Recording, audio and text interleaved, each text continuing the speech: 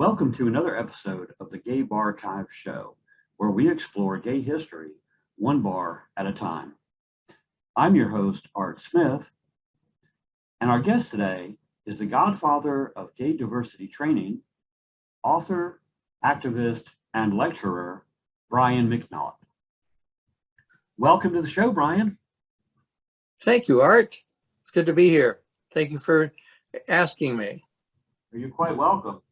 I've spent a couple of years now kind of digging into the history of gay bars all over the country.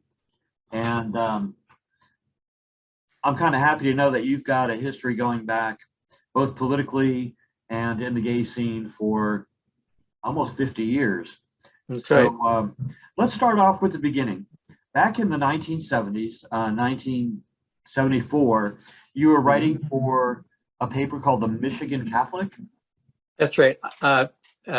Art, in 1970, I filed as a conscientious objector against the war in Vietnam.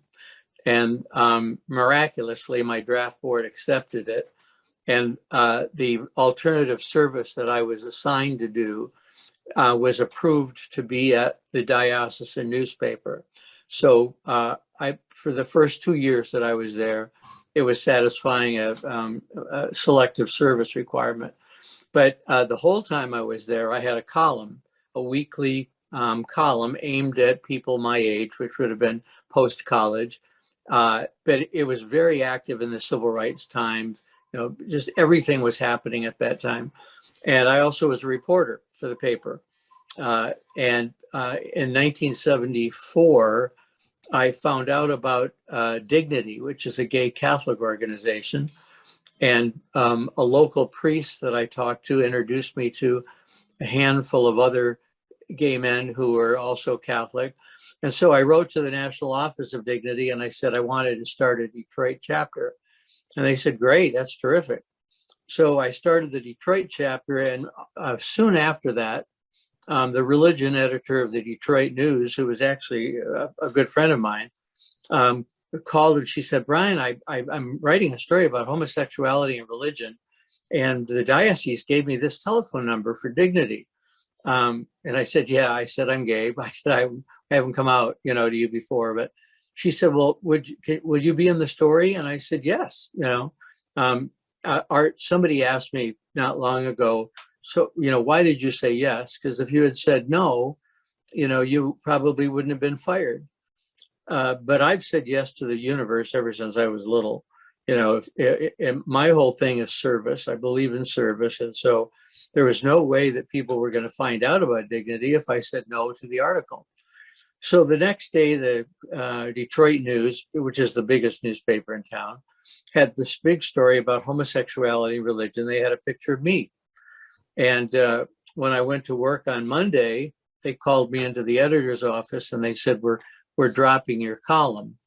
And I said, why? And they said, because we've had so many people call and threaten to cancel their subscriptions or their advertising if we don't do something about you.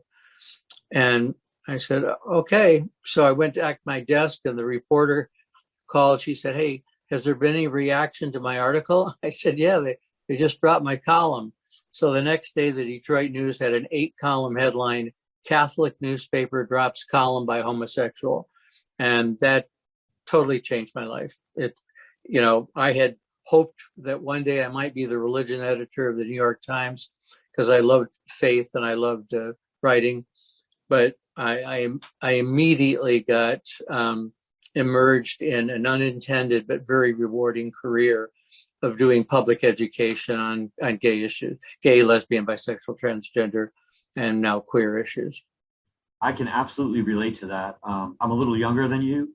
In 1974, I was in high school, but I am a recovering Catholic, so I can understand the whole mindset of the Catholic Church and the world at large toward homosexuality. And I'm sure that must have been a big blow to you to be publicly outed on this newspaper in a major city and to have everybody you knew suddenly know that you were gay. Art, my folks knew before I came out publicly. I made sure that happened. And, a lot of my close friends, in fact, everyone at work I took out to lunch. See, one of the things that's important to say was that when I was 26, and I was in a relationship with an Episcopal priest, and it wasn't working. And I was so sure that breaking up with him would mean that I could never be with anyone else because, I was a divorced Catholic. I took it very seriously. And so in a panic, I drank a bottle of turpentine and took, all the pills in the medicine cabinet because I wanted to die. I didn't want to live any longer. And I'm one of 7 kids. My folks had already lost 2. And I was the sort of super achiever in the family. So I thought, what have you done? So I drove down the street, actually just a couple blocks, there was a Catholic hospital. I told them what I did. They pumped my stomach. And I promised myself then, as I, cried on the emergency room table, that I was never going to live my life again based on people's images or expectations of me. And so I had told everyone at work that I was gay because I didn't want it to be a secret anymore. I couldn't live with the secret. So when I came out in the Detroit News, the hard part was that my parents already knew, but all of the attention that it got, it was like wildfire. The Detroit News article led to the Detroit Free Press, and then every television station, every radio station in town, every talk show wanted an interview. And, I said yes to all of them because how else were people going to know about dignity and about the fact that you could be gay and Catholic without conflict?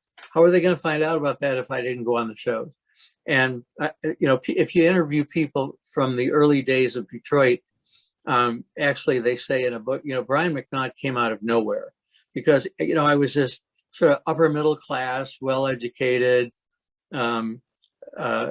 Catholic who was actually loved by a lot of the readers of his column.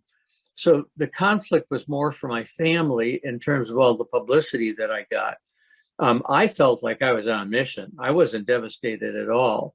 In fact, you may or may not know this, that after they dropped my column, I went on a hunger fast.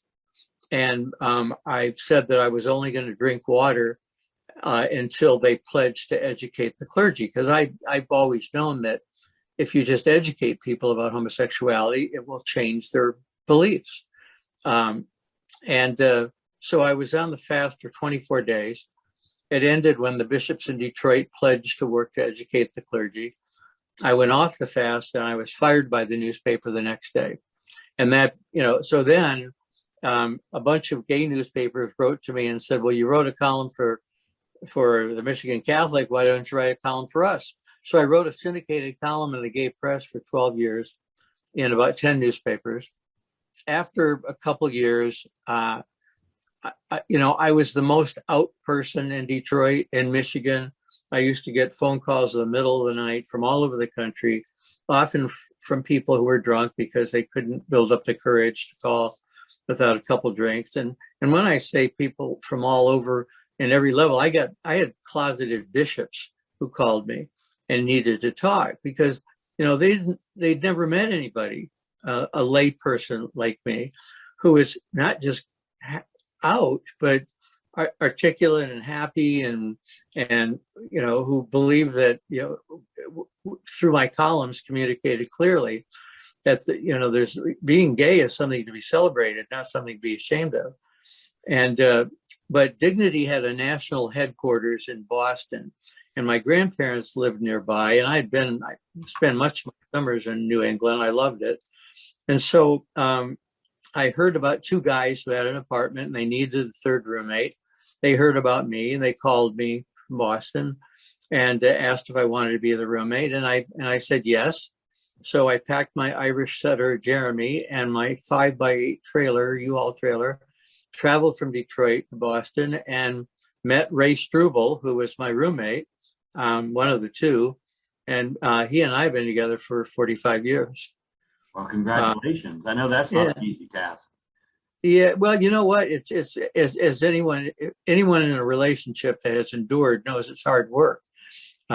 but it's worth it because you reach levels of love you never would have otherwise experienced because of the challenges, I think, that you face. But at any rate, so I worked with Dignity for a while as head of social action. Dignity had a real, and still does, this problem of, are we an organization that wants to have people be able to come to Mass safely, or are we an organization that wants to challenge the church's teachings? And I, of course, came down hard on the challenge the church. Any opportunity you get, challenge them, challenge bishops, challenge them. So after a couple of years, I heard that the mayor of Boston was going to hire someone to be his liaison to the gay community. There was no such position in the country. It was the first time. His name was Kevin White. And so I applied, among others, and I was hired. So I was the mayor of Boston's liaison to the gay community from 1982 to 1984, still writing my column in the gay press, and now writing a regular column in Boston to update all the gay people in Boston as to what was happening. And then you know what happened in 1982, Art. I got a call from a friend, and I actually, the notes that I took, misspelling Kaposi sarcoma and pneumocystis carinii pneumonia. But, in 1983, I started the Mayor's Task Force on AIDS in Boston. And we were the first city to have a mayor-sponsored task force bringing together people from the Red Cross, people from the bars, because, the bars were really important means of communicating accurate information to people. People from public health, city hospitals, the state epidemiologists. So we would meet regularly and release everything we learned, but, was poppers involved? Was oral sex involved? How do you get AIDS? Ray and I moved from Boston to Gloucester, which is about an hour and a half away. And we hosted the first meeting of anybody with AIDS in Massachusetts. These guys were never allowed to meet each other because there was fear, of contagion, that somebody might pick up a new strain. So they came to our house, many of them walking skeletons, but had the first time in their life a joyful, happy moment with other people who also had their disease. And as you know, it just, it got worse and worse and worse from that. But so part of my job was addressing the issue and, going back to the focus of your archives. I worked hard with the bar owners and managers in Boston to help address this issue. Now, to put this time frame in perspective. Yep. I lived briefly in Boston at the same time before you started working with Kevin White. My first year of college, which was 77, 78, I was at Boston University. And Boston was kind of an oxymoron at that time because the mayor prior to Kevin White was accused of being a racist, I believe. She was not very open-minded. And the situation there was very tenuous. There was a lot of racial tension at Boston University, I know. In fact, the first day that I was there, moving into my dorm, in an adjoining dorm, there was a freshman, I think, or sophomore college student who was killed by his roommate because apparently they paired a black and a white student together, and that particular student didn't like having a black roommate. And so it was kind of tenuous in that respect because there was a lot of racial tension in Boston in the late 70s, early 80s. But the flip side of it is, as you mentioned, the bars, Boston had 3 gay bars at that time that had all been open since around the 1930s. There was one called the Napoleon Club, which opened in 1929 originally. There was one called Playland, which opened in 1937, and one which is still operating, Jacques Cabaret, which opened in 38. So on one hand, you had a very conservative, racist political environment, And on the other hand, you had a long established history of safe places for gays and lesbians to go. So Yeah. it was kind of odd. And for Kevin White to step forward and look for someone like you to be an articulate, intellectual representative of the gay community in his administration as a full-time employee, not just a casual commenter, Right. it was pretty groundbreaking. I mean, that was a pretty big deal. It was a big deal. And, one of the first things I did was asked if there be a police liaison. There was no liaisons in the police department for the gay community. And I explained to the police chief and to the mayor that gay people often won't go to the police for fear they're going to get mocked. That they get robbed in their apartment. They're afraid that the cops are going to show up, see that it's a one-bedroom apartment with two men, and then start, mincing and using, limp wrists, because they hadn't had any training yet.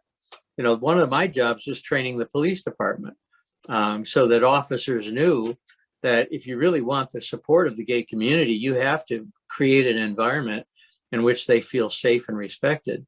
So this straight police lieutenant by the name of Don Devine volunteered to be the liaison. And, he and I stood side by side at every gay pride parade then. And, he made sure that, the police behaved properly with gay people. So, yeah, Kevin was a real progressive. I mean, he could have been, a vice presidential candidate, but he really made Boston. That's my dog, Lincoln. He really made Boston the, they call it the hub of the universe because of all the universities. And he was not racist himself. He had a great staff that addressed as many issues as came up. I was really proud to work for him. Yeah.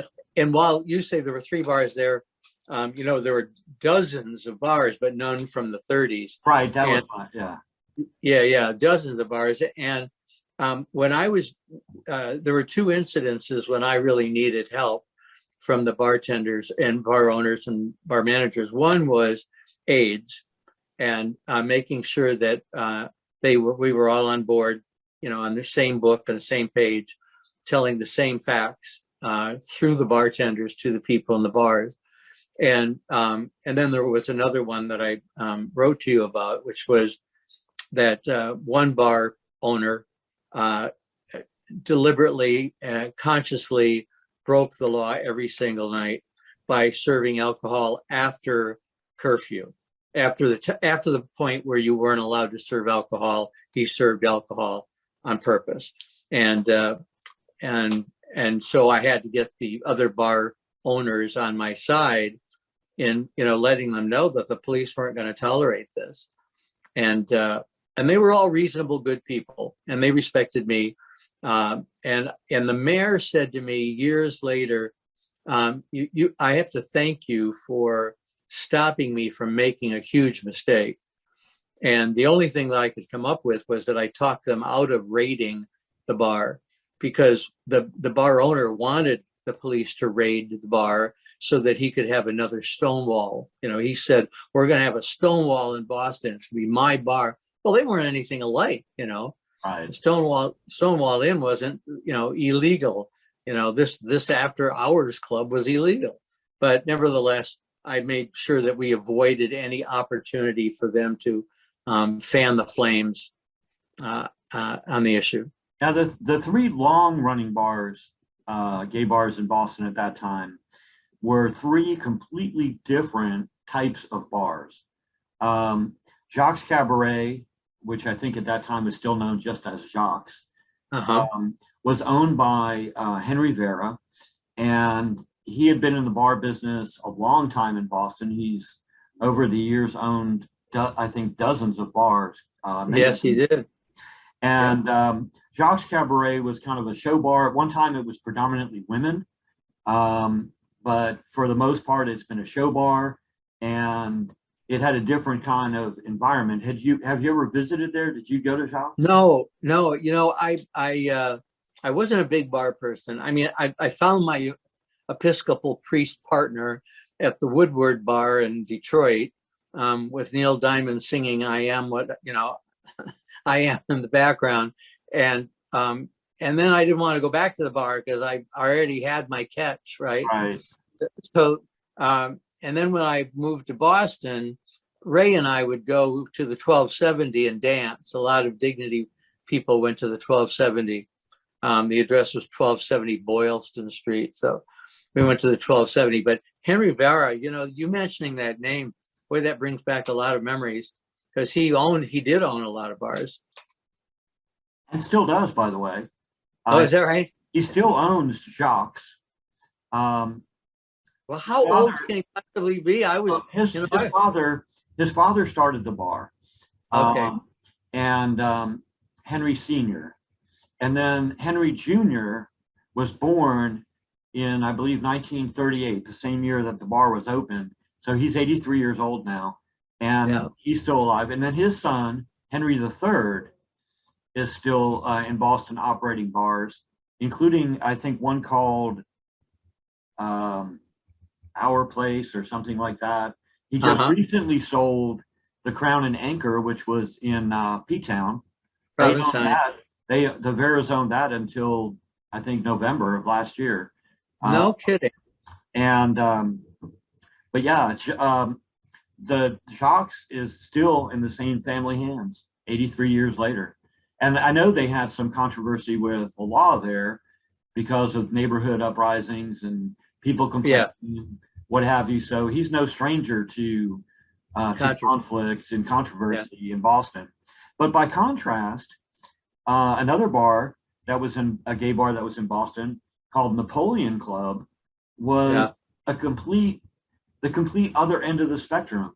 It was an elite kind of, it's the kind of place you would expect senators and attorneys and doctors and, wealthy businessmen to go to. It had a dress code. It had a very lavish environment, and it was a very upscale gentleman's club, basically, and restaurant that was geared toward a higher echelon of gay men. So yes, but and younger gay men called it the Wrinkle Room. Yes, and it had a pretty long history there. And then going to the exact opposite end of the spectrum is Playland, which was in the combat zone and about the raunchiest, grittiest, lowest end of gay bars I think that might have existed in Boston. What I've heard. Is that true? Did you go to them? What bars did you go to? You were there. I didn't. When I was at my first year in college, I had a boyfriend from high school, and he was Jewish, and at Boston University, as you know, at least at that time, had a very high Jewish population. There were a lot of Jewish students there. The Hillel House at Boston University campus was monstrous. It was this big thing. And I think something like a third of the undergraduates there were Jewish. And my roommate was an anti-Semite who was descended from a Rhode Island senator, I think. And he was very snooty and very anti-Semitic and biased. And I never came out to anybody at Boston U. I would go travel down to Baltimore, which was where Mark went to school. And my first gay bar experience was at the Hippo in Baltimore one time when I was visiting Mark. So I never explored the gay bars in Boston. I went to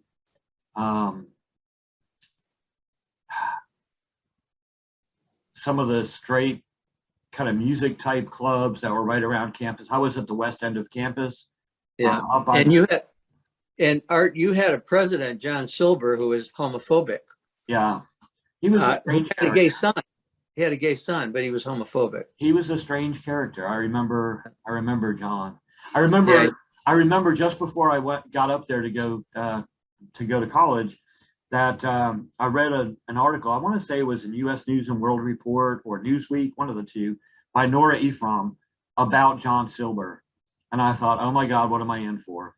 Yeah. But the treacherous weather there that winter, the blizzard and all the snow and everything convinced me that I was going to transfer and go south. And so Okay. that's why I didn't stay in Boston. But I never experienced a Boston gay bar. Okay. Well, you would have had, I mean, there was a bar called Buddy's that Michael Campbell owned. He was a great guy. I don't know if he's still alive, but really, first class, great guy. And it was right on Boylston Street, I think. Yeah.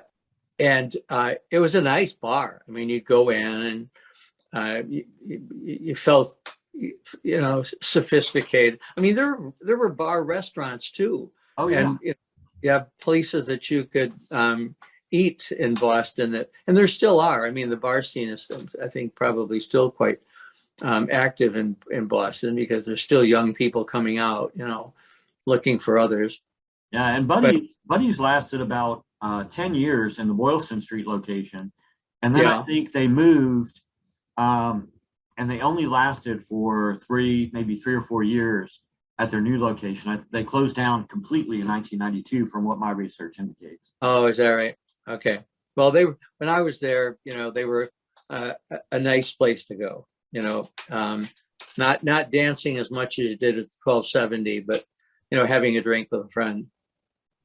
And that's, this is about the time that my big book came out. My first book was called A Disturbed Peace, and it was a collection of my columns. And, one thing I want to mention that we haven't talked about, it was, the night that we lost in Dade County to Anita Bryant, I stayed up all night and I wrote an open letter to Anita Bryant. It was called Dear Anita, Late Night Thoughts of an Irish Catholic Homosexual.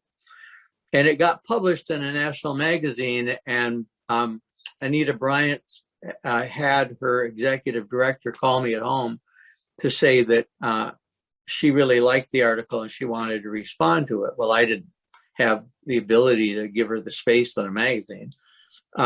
But then I was flown down to Miami to debate Anita Bryant Ministries on a television talk show.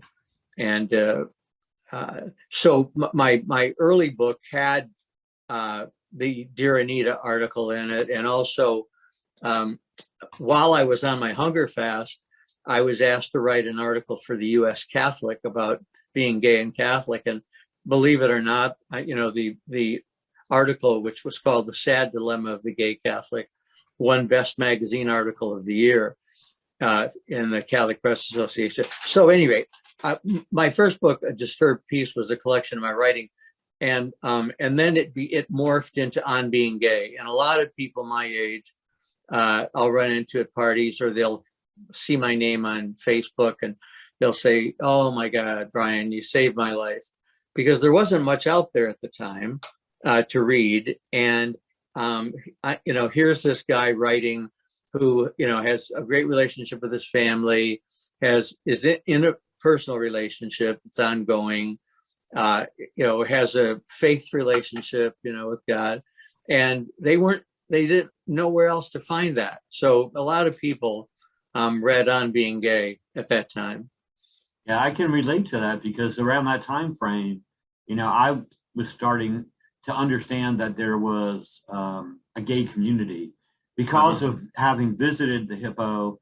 And then when I went back to school in Nashville, after I had transferred down there, I started exploring the gay bar scene there and realized, when I was in high school and dating at that time, I thought that it was just a thing. Like, I didn't think it was a community. I didn't think it was a lifestyle. I didn't think it was anything that was going to continue throughout my life. I thought it was just something that I was doing for amusement or entertainment or whatever. And so I started looking for information about gay life back then.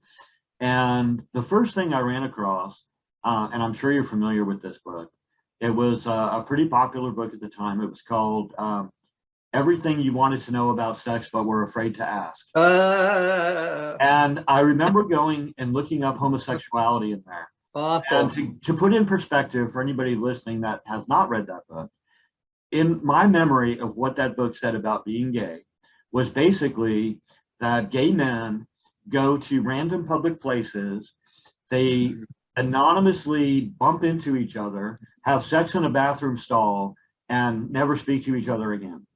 Yeah, it was horrible book. And I got certified as a sex educator, and every sex educator hates that book, and it wasn't just misinformation on homosexuality.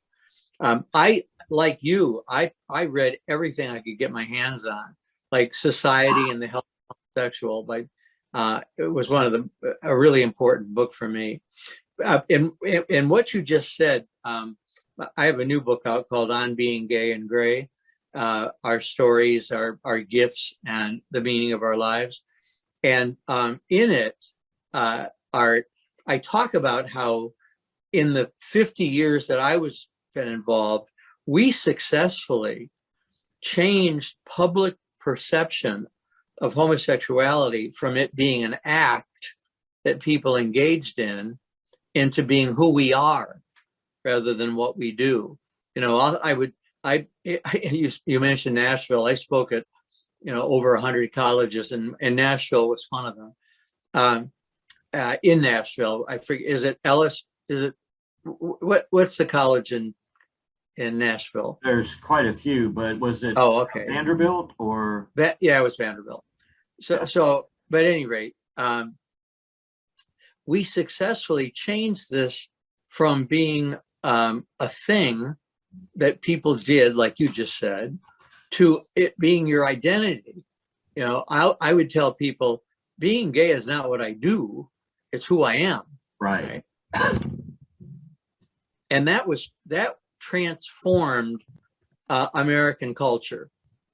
All of us coming out and putting a face on the issue, and then people seeing us in relationships with children, right? So no group has ever done this as fast as we did it. But we went from being people who were described as hanging out around children's playgrounds to molest them. That was the image that was out there when I came out, to being these incredible people who want to adopt or have their own children and who are great parents, according to all the studies. That's major change.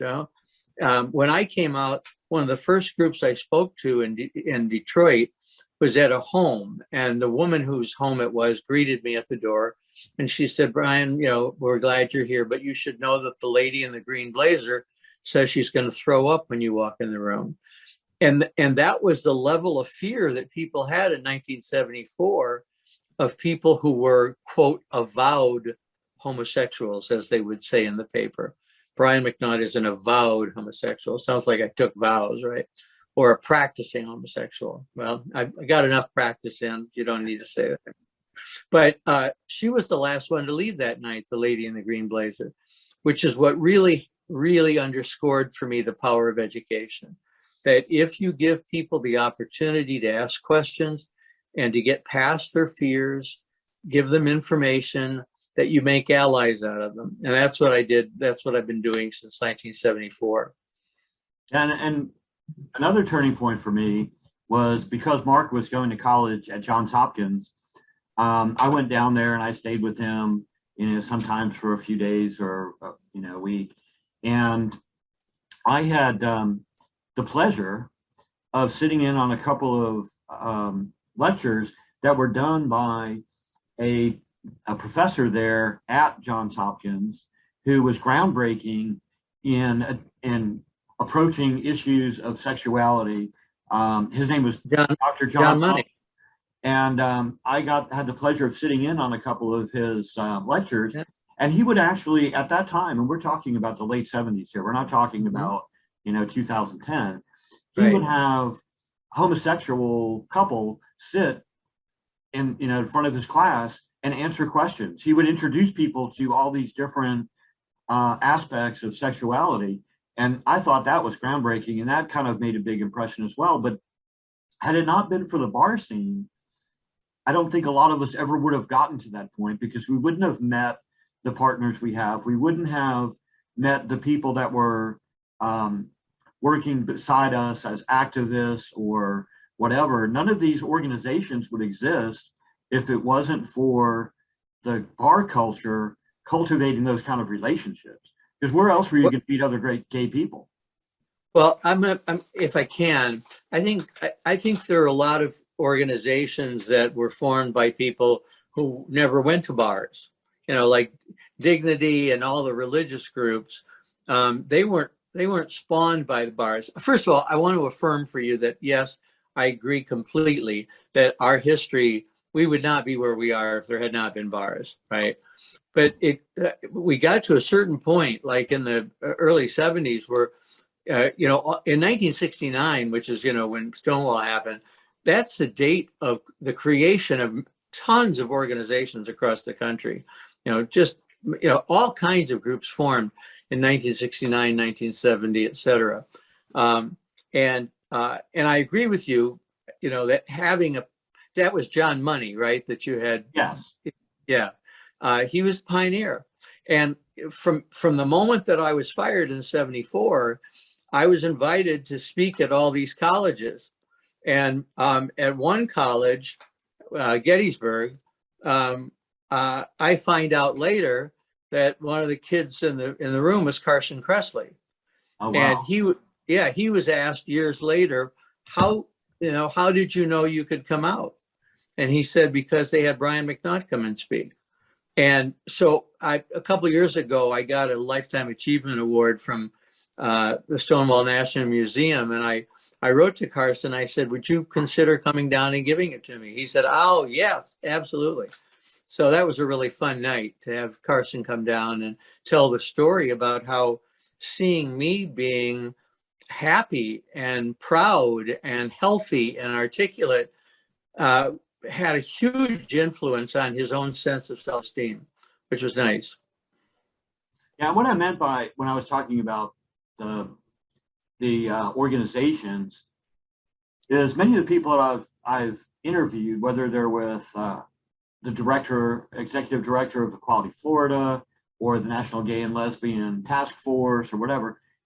Yeah. While they may have formed in, other casual environments, they all say the same thing. They never would have made the impact they do now if it had not been for the support of the bars, because the bars is where they raised the money and they also got the backing of all these other people.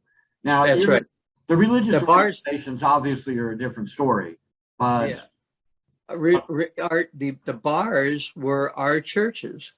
The Black community had the church to organize them. We had the bars. Right. That was home.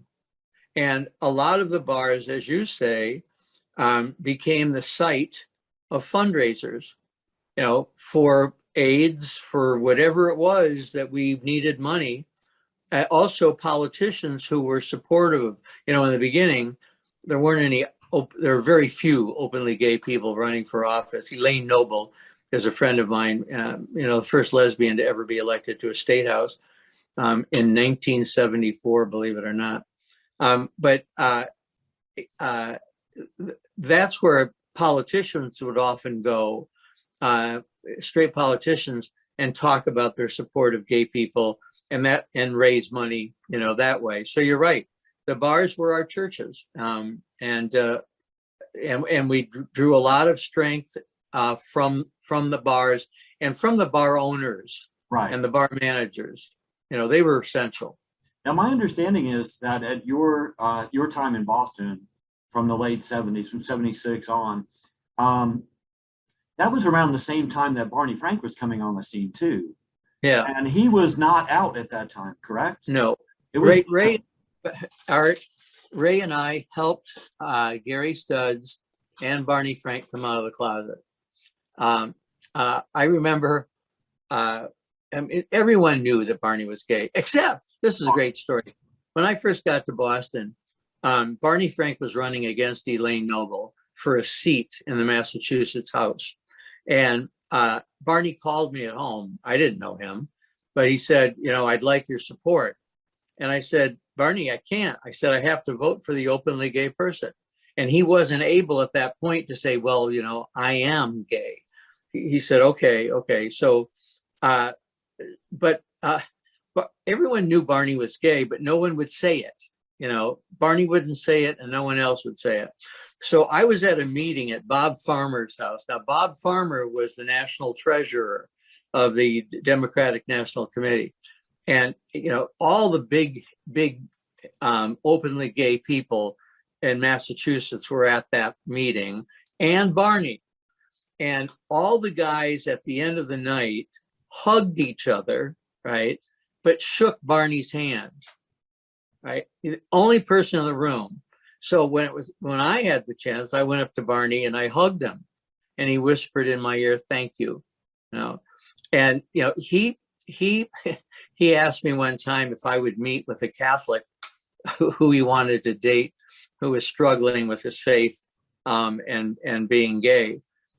Gary Studs, I met at the he was the first one out. I met him at the Watergate. That's where he lived. At the first March on Washington, a friend who knew Gary invited me, and I said to him, "Is Gary gay?" And my friend said, "Oh, you never asked that. No one ever asked that." I said, "Okay." So when we got to his apartment, I said, "Hi, I'm Brian McNaught. I write a column in the gay press." He said, "Oh, I'm gay too." And my friend's eyes, almost popped out because he had never said that. So Ray and I would have Gary to every Christmas party. And for the longest time, Gary would stand like a statue next to the fireplace. He wouldn't move. He was terrified. He was socially, uncomfortable. Barney's not all that comfortable socially either.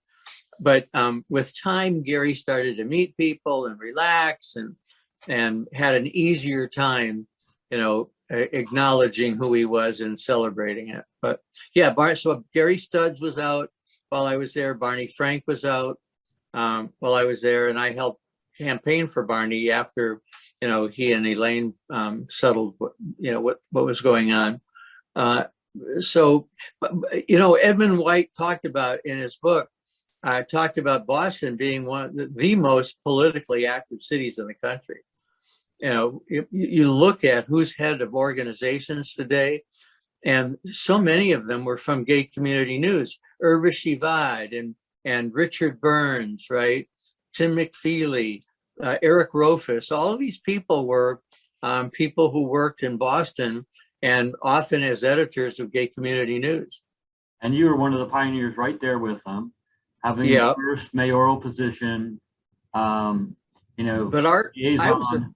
I was a threat. That one of my problems in my early life was that there's a lot of anger at the Catholic Church in the gay community, justifiable. I don't identify as Catholic anymore. I haven't for years. But there's this huge animosity towards Catholics.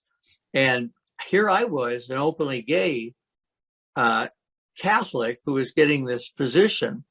And so people from the Fag Rag Collective, which is the furthest left paper that's ever existed in the gay community, they made posters up with my picture on it and plastered them on the trees in the Boston Common. And it said, "Brian McNaught, the new liaison, invites you to a public orgy in the Boston Common. Bring toys and boys, slings and things, co-sponsored by Dignity and Integrity." See, they were going to grab the Episcopalians too while they were at it. So it took a long time for me to build trust among people who were suspicious that because I was Catholic, I was anti-choice or I was faithful to church teaching, which I wasn't at all, In fact, one time when I was in this major department store that sold televisions, I was in the television department and they had like 50 televisions on all at the same time, right? And they were all on the same channel. And the person on the channel was Cardinal Law, who was the cardinal of in Boston at the time. So I walked around and I changed every channel of every television in the room so that no one would have to look at cardinal law. I told the story to a group of gay Catholics and they cheered. And I said, you know what? I should have just left the room. Why should I put energy into reacting to law when it's easier just to walk out of the room? But fortunately, because of your experience, not only in the Catholic Church, but in the political arena, as an activist, as an educator, it's given you the inspiration to write quite a number of books that all focus on LGBT topics in different parts of the spectrum. And because of that, we have more material out there. I'm looking right now at your On Being Gay and Gray, which I think is your latest book. It is my 13th. It's my 13th book. Now that is odd, because a gentleman that I just interviewed about a week ago, he had just published his 13th book as well. No, not kidding. Who is that? David Domine. Okay. It's a great book called A Dark Room in Glitterball City about a gay murder in Louisville. All right. Well, I only have one fiction, but it's based on fact, and it's called Sex Camp, and it's required reading in the University of Maine's graduate program in human sexuality. I have I have a couple children's books out. One's called What's Gay? Asked May. And it's about two kids in a garden. And, she asked her cousin, who happens to be Black, what's gay? And the birds give the answers all around them. The first one said, it's a way to love. It's a way to love. I wanted all my grandnieces and nephews to hear about gay in a positive context, right? So I wrote this book, and then a friend who makes movies said, Brian, I want to make a movie out of your book. So there's this movie out, Art, called What's Gay? Asked Me. It's only 3 minutes long. And you can see it at sexsmartfilms.com. It's called What's Gay? Asked Me. I love it. It's a fun story, and the voices of the kids are actually two of my grandnieces and nephews, which is wonderful. What a world we live in, huh? That my nephew and niece would have their children be the voices in my gay children's book. Yeah, it's pretty amazing. We've come a long way, and you've seen a lot of that journey. From the best for me, some of the most exciting work I did. I spoke at about 100 colleges over 10 years, and then corporations asked me to come in, and I was the first person ever to do a training on gay issues in a corporation. And it went from Bellcore to Bell Labs to AT&T to Motorola to all across the country, all these corporations. And then the banks found me, and they brought me to London, and then they brought me to Mumbai and Tokyo and Singapore and Hong Kong and Melbourne and Sydney. Toronto Dominion Bank had me train 40 different groups all across Canada because they wanted to make sure that their workplaces were safe for gay people and transgender people. And that was really exciting work. And I wanted to tell you, with you being the bar expert, I don't know if you go beyond the US, but when I was in Singapore, and Ray came with me, we asked our guide, who was a former big bodyguard, straight, we said, we'd like to go to a gay bar. And he said, okay, we'll go to 4 floors of horror. And I said, what? He said, well, it's like a shopping center. It's 4 floors with escalators, but every floor it's just bars. And the top bar is a gay bar. So we went up the escalators, 3 floors, 4 floors, and we got in there, and it was filled with all these beautiful cross-dressers or transsexuals. You never know for sure whether the person has. And we said, don't you have any bars that have, where men go and just are dressed as men? And he said, oh, who would want to go to that? We said, we do. So the next day when I was speaking to this Singaporean group, I told them, I said, last night we went to the 4 floors of horror. And they all laughed because they all knew, exactly what it was. Everyone in Singapore knew about the 4 floors of horror. Pretty funny. No, that's interesting. Yeah. And I know you were just talking about being an early pioneer in the gay diversity training world. As I recall, the New York Times actually labeled you as the godfather of gay diversity training. They did. Yeah, well, and what that meant basically was that I was not only the first person to do training, and I wrote a book called Gay Issues in the Workplace. And it's been inducted into the Library of Congress. Every corporation that I spoke at I would ask, would you please make sure it's available to everybody, in the room. And Art, I also asked that before I come, I'd like all the senior people in the corporation to read my book on public transportation, either on an airplane, on a bus, on a train. I want you to pull the book out and read it. And of course, there's giggling about that. But so when I spoke to S.C. Johnson and Sons, the head of the corporation said, in introducing me, he said, I want you to know that I read Brian's book on the airplane, and the man sitting next to me got up and moved. And he said, that was the first time I got an inkling of what's going on here in terms of the discrimination people are facing. That just sitting next to me was so uncomfortable for this person who assumed I was gay because I was reading this book that had the word gay in the title. And the world of gay diversity training, the whole diversity and inclusion aspect of the corporate world has kind of exploded in the last 5 years, 10 years. Oh my God. That's it, Art. That they called me the godfather because I kept training all these people who said, I want to do what you're doing. And so I'd say, okay, come to one of my workshops. I'll make sure that you're allowed to come in and sit and watch what I do and watch the response to it. And so I had this little army of people who had been trained by me.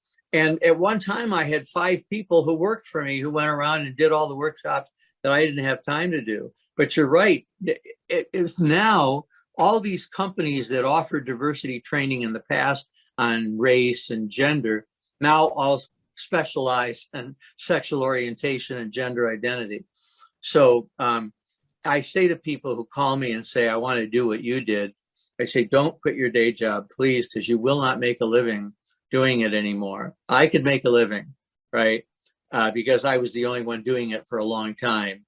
And then I was considered the best. So they would pay a lot of money to have me come in. But if you're just wanting to start now, you need to diversify. You need to talk about other issues because you can't make a living just talking about gay. You have too much competition. Yeah, there's a lot of people out there. When I look through my LinkedIn profile, I have, I think 8,500 connections on LinkedIn. And when I look through my LinkedIn feed, I see more people that are somehow affiliated with diversity and inclusion than probably any other single category in the and Art, what's next? Coach, life coach. I said there are more gay men who are both realtors and life coaches. I can't believe, everyone's a life coach, and I don't put it down. I'm a life coach. If somebody wants guidance on their life, wants to call and talk to me, I'm happy to do it. So I'm coaching them. But so if you have that many followers on LinkedIn, please let them know about On Being Gay and Gray, because when you self-publish, which I've had to do for the last several books, because publishing world has totally changed. My former editor at St. Martin's read my manuscript for On Being Gay and Gray. And, they sold 50,000 copies of On Being Gay. So I thought it's going to be natural that St. Martin's Press, after 4 months, he got back to me and said, Brian, I like your book, but we can't make enough money. If we try to publish it, we won't make. So it's all about the dollar now. It's all about shareholder value.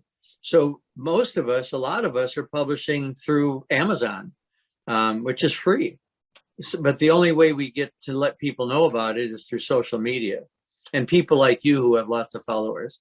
Well, absolutely. And I will put links to, your books and your website and everything. Thanks. On my website, where I list all of the individual video segments, and also in slides at the end of the video, I always include information where people can find more, because the whole idea, as you know, whether you're doing diversity training or you're doing political activism or you're doing research on gay history, whatever it is, the point is not for me to have all the information. The point is for me to share the information. Absolutely. And that's what my project is all about. I want people to be able to find resources outside of my little world that give them more information on the same topic or related topics. And you're linked to the Stonewall National Museum in Fort Lauderdale. Yeah, and I've been down there. We have actually, in this series, we have an entire episode that was narrated by the executive director of the Stonewall Museum, giving kind of a tour and overview of what that facility is all about. And I think that is a great resource. What I particularly like about them over some of the other archives that are out there is that they are open to the public. So many archives are hidden in university corridors and boxed up on shelves out of reach, but you can actually walk into the Stonewall, and as a member, you can go in there, you can read a book that was written by a gay author or about a gay subject right there. I believe you can check them out if you're a member. You don't even have to be a member. You can come into the Stonewall. Membership helps finance, but you can come into Stonewall, find a book, because there are thousands of books. Ray and I have donated over 400 books to Stonewall, and we have a huge collection of artifacts from lesbian, gay, bisexual, transgender history. We actually have our own display cases there for our collection. But you can go in and walk around. And if you want to get into the archives, you just have to, tell them you're doing research. You can't take materials out of the building, but you can do research in the building. So we're an archive, which is, paper materials. We're a library for books and tapes, videotape, but we're also a museum that collects artifacts. For instance, I called Barney Frank, and I contacted, all the people in my life that I know who were are leaders in the gay community. And I said, okay, Barney, we want something of yours that helps tell the tale of Barney Frank. Because people relate to images. He said, Brian, why don't I send you the gavel that ended "Don't Ask, Don't Tell"? Nancy Pelosi gave it to me. That's great, So he sent us the gavel. So we have the gavel there. The projector that Vito Russo, he wrote the book on gay people in cinema. Incredible research book. We have the projector that he used in his living room to watch these films. Those are pretty exciting things to have. And the thing that's nice about it is, unlike a university environment, it's right on the street corner. It's right on the edge of Wilton Manors. You can walk right in there. The people who work there are mostly volunteers. They're friendly. They're knowledgeable. It's not like going into your local library and whispering behind the counter, do you know where I can find a gay thing? They know what's in there. You can go in there and say, hey, I'm looking for something about, gay Boston in the 1980s, and they will lead you right to where it is. And there should be more of those. There should be 100. Every major city in the country should have one of those. Well, you know what, Art? The future is going to be that it's all going to be virtual. My suggestion, I can't do this myself, but my suggestion is that we create a virtual museum that anyone in the world can, find on the internet. You're shown walking into this building, and you walk down a corridor, and they have all these rooms, And in every room, the docent will speak whatever language you want spoken to cover. Let's say you want to look at gay people in Harlem, the Harlem Renaissance. Okay, it's in this room. Do you want a Latino, or do you want Chinese, or do you want, what language do you want? Right. And that's and we won't then need to own all this stuff. All we'd have to do is, take it from another site and show a picture of it.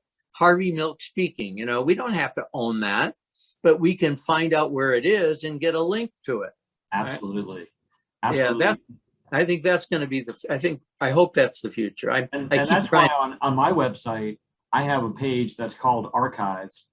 And on the Archives page, I list links to the websites of as many archives as I've interacted with, so that if you want to go and see what the Gay and Lesbian Archives of Middle America has in their system, you can go to their website. You can find them, because it's taken me years to track down where all these archives are. There's so many of them, but they're not interconnected. Art, tell me how you got into this. So the story is kind of simple and somewhat related a little bit to Boston. After I had gone to the bar with Mark and then was going to bars in Nashville, Tennessee, I met a guy there in Nashville that I started dating. He was actually a birthday gift from a friend of mine. My friend was taking me to dinner for my birthday. He said, I didn't know what to get you for your birthday, so I brought this. Chris and I hit it off.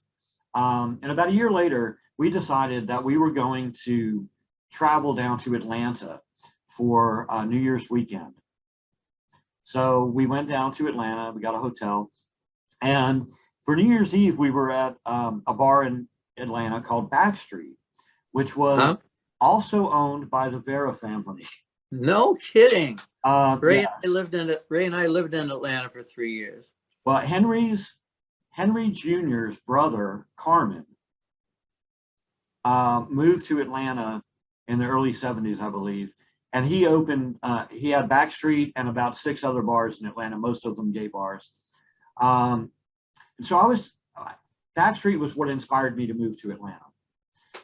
A couple of years ago, I was having a conversation with Carmen's daughter, Vicky Vera, who, with her brother Henry, ran Backstreet for quite a number of years. And she said, we're coming up on the 45th anniversary of the day we opened, and we'd like to do, a nice commemorative design that maybe can be on a t-shirt or something, because we have over 10,000 active members of our I Partied at Backstreet page on Facebook. And they're always talking to this day about Backstreet, which has been closed for 15 years. So I started researching Backstreet a little bit more. I had plenty of experience there, but you want to get your facts right. And so I started researching, and I produced this design, and I made it a fundraiser for the Sisters of Perpetual Indulgence in Atlanta, and raised money for them, and sold hundreds of t-shirts. And then I started thinking, as I was talking to people about Backstreet, they would say, do you remember this other bar? Do you remember the Far Library? Do you remember the Cove? Do you remember? And so little by little, I started researching those bars, and I maybe did about 6 or 8 of them in the next couple of months. And then COVID hit. And when COVID hit, my lifestyle changed completely. I wasn't going out strolling around the malls just for no reason. I wasn't going out to dinner every night. I wasn't going to the bars, because you didn't do that. So I was spending all my time researching more bars.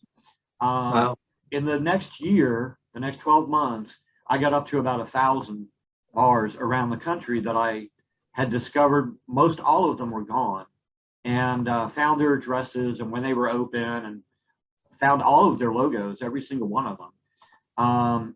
Now I'm up to about 1,700, but I have another couple thousand I know about, but I haven't necessarily tracked down their logo or their exact street address.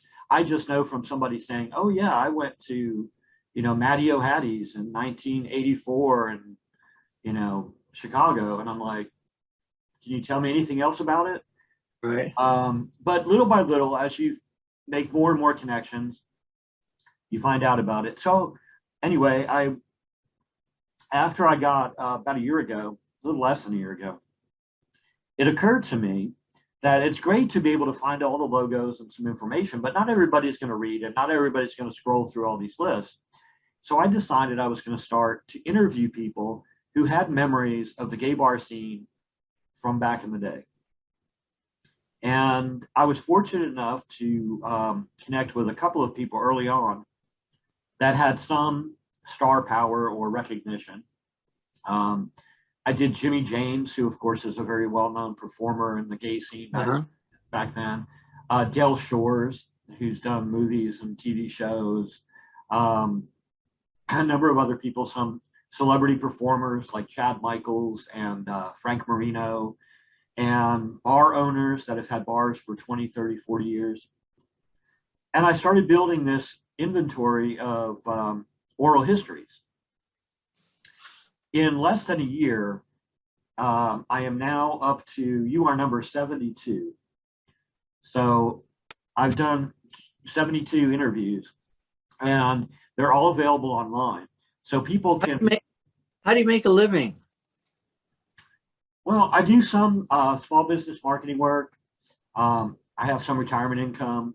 Okay. I have, a couple of people that have supported the project. But it's just kind of a labor of love now. I just have to do it. I can't imagine stopping. I think it's really cool, and I love your logo. I mean, it's just, it's very clever. And what you're doing is really important. I mean, telling this story that no one probably would have told as thoroughly. Well, as you know from your experience in the gay world, so much of our history that's documented is about politics and revolution and legislation and riots, and it's not about the bar scene. And to me, in my life, and many of the lives of people I've spoken to, the bar scene really had an impact on where their lives went. It changed their perspective of themselves. It gave them a sense of dignity and confidence that allowed them to be who they are. And they may not have otherwise become gay filmmakers or gay bar owners or, gay writers, or they may not have gone anywhere because they would have been in the closet and hiding from themselves, possibly committed suicide or, other tragedy. So I think it's important to look at the bright side. And recently, I've started including also in those stories the stories of bars that are still open, because I kept asking myself through the project, why didn't somebody do this when Backstreet was open? Why didn't somebody do this when, the Far Library was open? And then I said to myself one day, Art, you're not doing it either. You're focusing on the ones that are gone. So I just recently did an interview with two guys who own Moby Dick in San Francisco.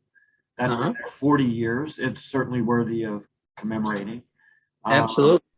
And I have several others lined up with people who own bars that have been around, mostly bars that have been around for a while, because it's going to be history at some point. If it's not really history today, it's going to be history tomorrow or next year. So it's our story. You're saving and telling a really important story. Are you going to have a book that comes out of it? I'm hoping. There is a page on my website about books, and the conflict has been, originally I thought, I'm going to do a book. And then I got up to 1,000 bars and 1,700 bars. And I said, how do you include 1,700 bars in a book? Who's going to read that book? If it's one page per bar, it's going to be the biggest book on the planet. Nobody's going to look at it. Yeah. And I started narrowing down topics, and I think eventually there will be some book versions on specific topics, types of bars or situations. For instance, bars that are involved in some sort of murder or mayhem. There have been a number of bars associated with gay murders or arson or being attacked by people either within or outside the community. There's a lot of small town bars that have kind of interesting perspectives that nobody will ever know about because there was only one in Eureka, Arkansas or something. So yeah, I hope there will be. Right now, I think that, I think you're in a perfect position to talk about how bars impacted you don't have to name 1,700 bars. You could just like lift yourself up above like a bird looking down and, just ask the so what would have happened if there had been no bars? How have the bars impacted our identity and our movement? And so, who better to tell the story than somebody who's done all this research? Well, thank you. And I will definitely add that to the list. I'll help you. There's an educator from Oberlin College, I think he is, by the name of Gregor Mattson, who is working on a book right now that is due to come out this year, I think, called Who Needs Gay Bars? And it's a double-edged question. It's like, do we really need gay bars? Or you can interpret it as who in the community actually does need gay bars? And he addresses that issue. But my favorite line is from a movie. I interviewed Todd Stevens, who wrote the Edge of 17 like 25 years ago, a groundbreaking movie. And most recently, Swan Song, which is about an octogenarian gay drag queen who kind of breaks out of a retirement home and goes to relive his younger days in downtown Sandusky, Ohio. And in that movie, the character is played by Udo Kier, and Udo walks into the old bar that he used to perform in and finds out it's their final night, they're closing. And he says in the movie with his German accent, "But there will we dance." And it was but there, what? Where will we dance? Oh, where will we dance? It was the way he said it, and it was like, we're losing our community, we're losing our connection to our own people, and we're going to start meeting random people at Applebee's or something. So, yeah. But I agree. The gay bars have played a huge role, and having people like you in the community, being able to do some writing for the community to express our stories, to be able to work within the political system, to help make us a better part of the community. All these things come together and brought us from where we were in the 60s to where we are now. And I can't thank you enough for what you've done and for taking the time to talk to us today. No, thanks. First of all, again, I'm grateful to be asked, and I love talking about the subject, and letting me go back into my past and thinking more and more about the bars. And so many people today, though, you ask, and our time was probably up, but I asked people today, so where did you meet? Couples. In the past, they would always say a bar, and what I hear now is online. We met online, and I thought, wow, so what are the bars for? Well, I think it's still a place that you take somebody who has never been in an environment where they felt normal. That concludes another episode of the GayBarchives Show.